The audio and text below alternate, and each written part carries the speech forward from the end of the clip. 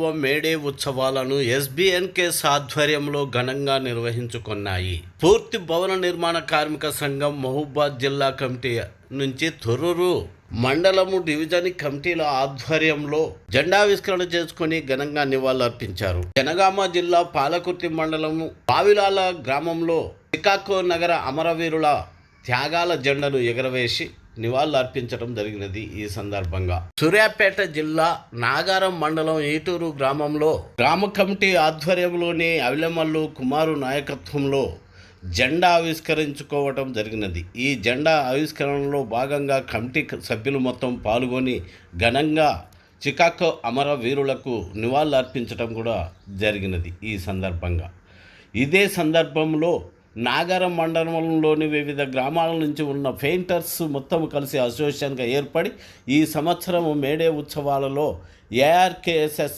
జెండాను ఎగరవేసుకోవటం కూడా నాగారం మండలంలో జరిగింది. ఈ సందర్భంగా తొర్రూరులో ఎస్బీఎన్కేఎస్ ఏఆర్కేఎస్ఎస్ ఆధ్వర్యంలో బైక్ ర్యాలీ నిర్వహించి చికాగో అమరులకు ఘనమైన నివాళులు అర్పించడం జరిగింది.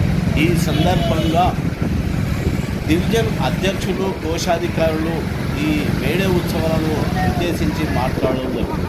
ఎన్నో తరాలకెళ్ళి కార్మికులు తమ ప్రాణాలను త్యాగం చేస్తూ అర్పించుకున్న సందర్భాలలో సాధించిన హక్కులను ఈ 10-15 ఏళ్ల కాలంలో బీజేపీ ప్రభుత్వము అధికారంలోకి ఉన్నప్పుడు 44 చట్టాలను 29 చట్టాలను క్యాన్సిల్ చేసి 4 కోడ్లుగా విభజించి కార్మికులకు అన్యాయం చేశారని మాట్లాడుతూ ఆ 4 కోడ్లను ఎత్తివేసి గతంలో ఉన్న చట్టాలను ఖచ్చితంగా అమల్లోకి తీసుకొచ్చి కార్మికులకు న్యాయం చేయాలని, కార్మిక చట్టాల ప్రకారము కార్మికులకు రావాల్సిన హక్కులే కాకుండా కార్మికులకు రావాల్సిన బెనిఫిట్స్ కూడా ఈరోజు అందుబాటులోకి రావట్లేదు. దీనికి కారణం ఏంటంటే మనలో ఉన్న అనైక్యతే అంటూ మాట్లాడుతున్నారు కార్మికులు. ఈ 10-15 కాలంలో బీజేపీ ప్రభుత్వం తీసుకొచ్చిన నూతన చట్టాలు ఏవైతే ఉన్నాయో కార్మిక వ్యతిరేక చట్టాలు, రైతు వ్యతిరేక చట్టాలే కానీ ప్రజలకు ఉపయోగకరంగా ఏ చట్టం కూడా మాట్లాడారు. కార్మికులు ఆదివాసీ హక్కులైన 5 షెడ్యూల్ను కాలరాస్తున్న క్రమంలో అక్కడ నిలబడిన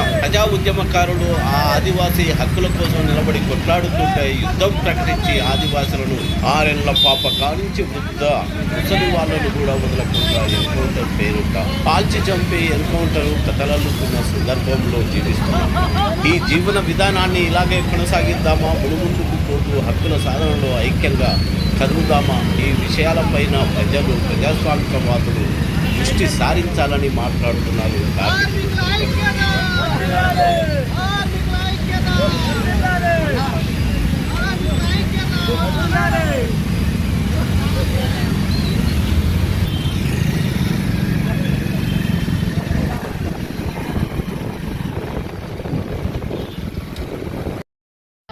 ఈ పండుగ దినోత్సవాన్ని మేడే అని మనం గుర్తు చేసుకోవడం, ప్రతి సంవత్సరం మేడే 1వ తారీఖున మనం పండుగలాగా జరుపుకోవడం కార్మికులకు ఎంతో స్ఫూర్తిదాయకం అని నేను అనుకుంటున్నా.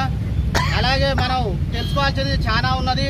కార్మికులు కష్టాల్లో ఉన్నప్పుడు ఎవరైనా కూడా, ఏ రాజకీయ నాయకుడైనా కూడా మనకు ముందుకు రావడం లేదు.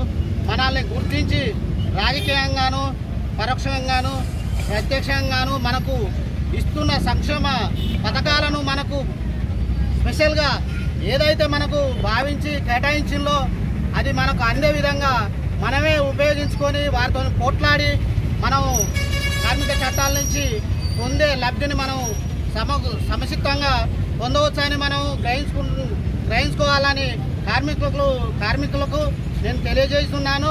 అదేవిధంగా ప్రతి ఒక్క కార్మికుడు ఇప్పుడు కావాల్సింది ఏంటంటే ఇతర రాష్ట్రాల నుంచి మనకు సుతారి కార్మికులను దింపుతున్నారు. మనకున్న సంక్షేమం ఏంటంటే మనకున్న రేటు ప్రకారము ఇతర రాష్ట్రాల నుంచి వచ్చిన వారు పని చేసి తక్కువ కూలి తీసుకోవడం, మనకు ఆ కూలి మనకు సరిపడా ఇవ్వకపోవడం, మేస్త్రీలు కానీ కాంట్రాక్టులు కానీ దీని మీద ఆలోచన చేసి ప్రతి ఒక్కరు కూడా దీని మీద ఖండించి ప్రతి ఒక్కరు దీని మీద మనం కానీ లేకపోతే వారిని ఖండించి ఏకదాయకం చేయాలని కార్మికులకు నేను తెలియజేస్తున్నాను.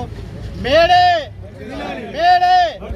ఈ జెండా, ఈ కార్మిక జెండా వచ్చిన దగ్గర నుంచి మేము స్వతంత్రంగా బ్రతకగలుగుతాము. ఇది లేనప్పుడు మా పరిస్థితులు వేరే ఉన్నాయి. ఇప్పుడు ఈ మేడే ఫస్ట్ అనేది కూడా ఇక్కడ ఒక గ్రామం కాదు, ఒక జిల్లా కాదు, ఒక దేశం కాదు, ప్రపంచ వ్యాప్తంగా మనకి మేడే ఫస్ట్. ఒక కార్మికులకు సంబంధించి ఈ మేడేని మనం చేసుకుంటాం. ఎందుకంటే మనం జయించే ఒక గవర్నమెంట్ దగ్గర, ఒక ప్రభుత్వం దగ్గర మనం దీన్ని కార్మిక శాలను సంపాదించుకున్నాం కాబట్టి అప్పటి నుండి మనం వెలుగులోకి వచ్చాం. ఆ రోజు నుండి కూడా ఈ రోజు వరకు కూడా మనం ప్రతి పండుగ మనం జరిపించుకోవడం కార్మిక పండుగ. ఇది మనకు ముఖ్యమైన పండుగ. కార్మికులకి ఇది మేడే ఫస్ట్ మనకు ముఖ్యమైన పండుగ.